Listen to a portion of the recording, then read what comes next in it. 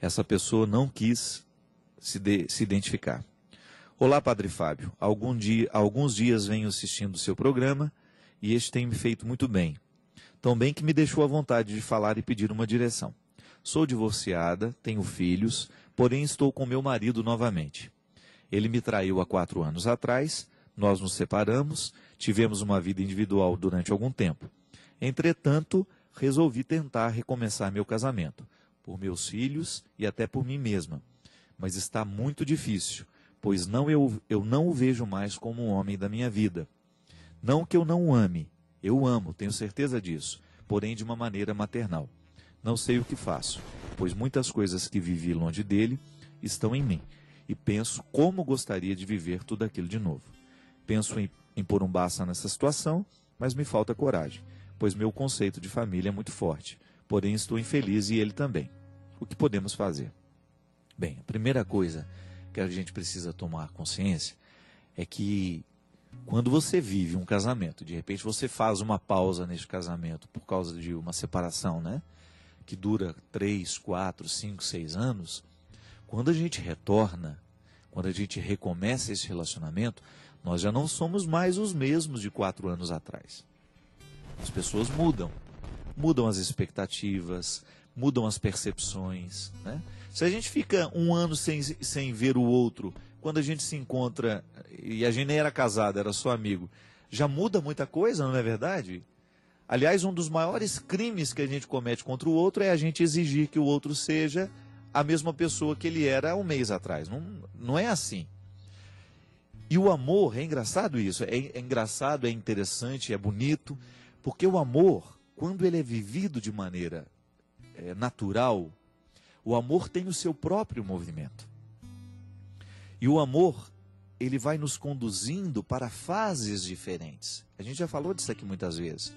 O casal com 1 ano de casado, a Adriana e o Fabiano, casaram agora, por exemplo, a nossa amiga Adriana, cantora, né? Ela está vivendo uma fase do casamento que depois vai mudar. Esses primeiros anos do casamento serão diferentes depois quando tiver 10 anos de casado. Você que vive um casamento sabe disso. Ah, mas o amor acaba? Não, ele muda o formato. Porque o amor é dinâmico. E o casal que não sabe viver essa dinâmica, essa modificação, vai se separar sim. E esse é o grande problema. Muitas vezes os casais se separam porque não sabem compreender a fase diferente que o amor trouxe. É natural que este amor carnal do início, né, dos primeiros anos de casamento, depois com o tempo, lá depois de 50 anos de casado, ele tenha se transformado numa fraternidade muito bonita. A atração sexual continua existindo, mas ela não é da mesma forma como naquela época.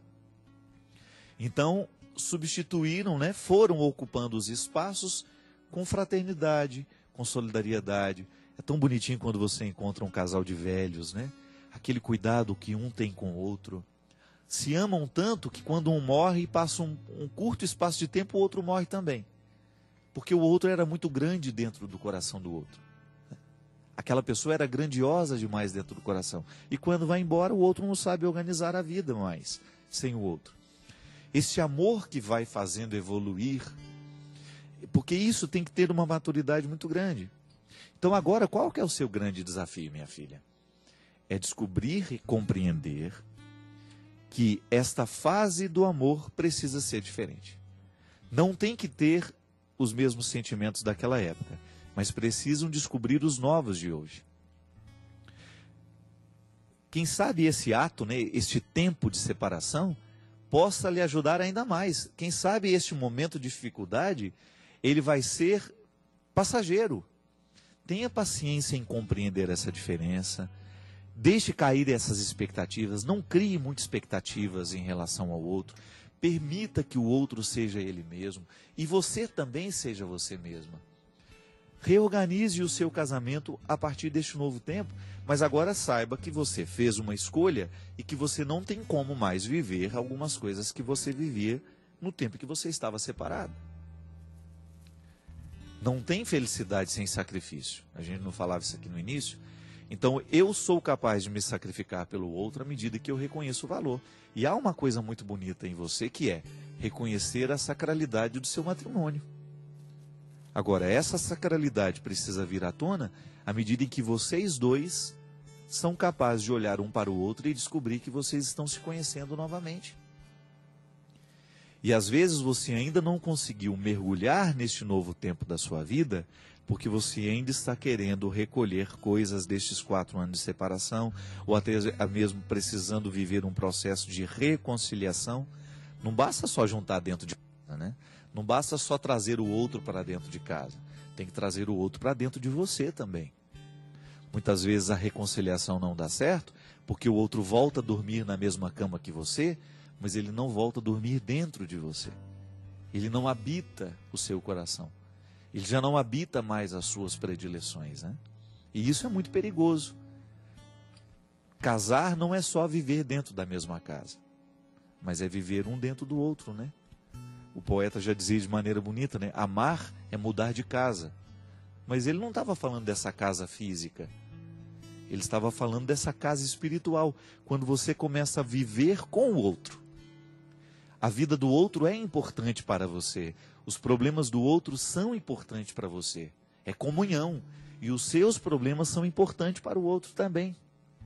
O amor, minha gente, ele nos proporciona essas mudanças de casa. Seja o amor entre marido e mulher, seja o amor entre namorado e namorada, entre amigos, mãe e filho, pai e filho, né? Irmãos. É você permitir que o outro fique dentro de você. Que você sinta com o outro. Sentir com o outro é o princípio da compaixão, né? Eu estou dentro do coração do outro, eu sou capaz de sentir com o outro. E às vezes o que tem faltado para vocês aí neste tempo de reconciliação, de recomeço, é isso. Não é só voltar para dentro de casa, mas é voltar um para dentro do outro. Isso é um alerta até para os casamentos, né? Para quem está casado, né? Que às vezes o casamento começa a dar errado por causa disso.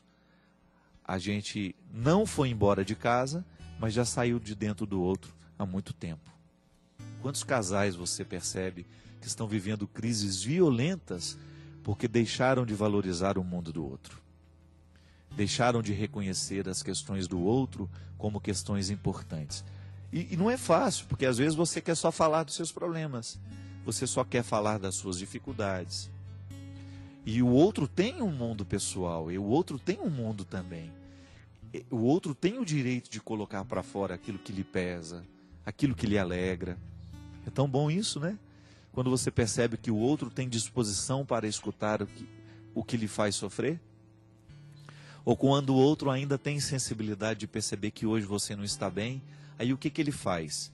Ele cria um contexto para melhorar um pouquinho o seu sentimento, né? Você percebeu, a minha mulher está tão nervosa esses dias, né? Minha mulher está tão irritada, mas você sabe como é que você pode quebrar aquela irritação. E às vezes não quebra de pirraça, né?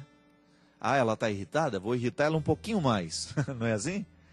Ah, tá bravo? Deixa, vai ficar um pouquinho mais. Não, isso não constrói. Aí você começa a descobrir que você pode realizar gestos que vão aliviar o peso do outro. Não era isso que Jesus fazia? Jesus encontrava as pessoas e fazia questão de entrar no mundo delas. E quando ele entrava no mundo delas, não era para torná-las mais pesadas, não. A pessoa ruim é que faz isso com a gente, né?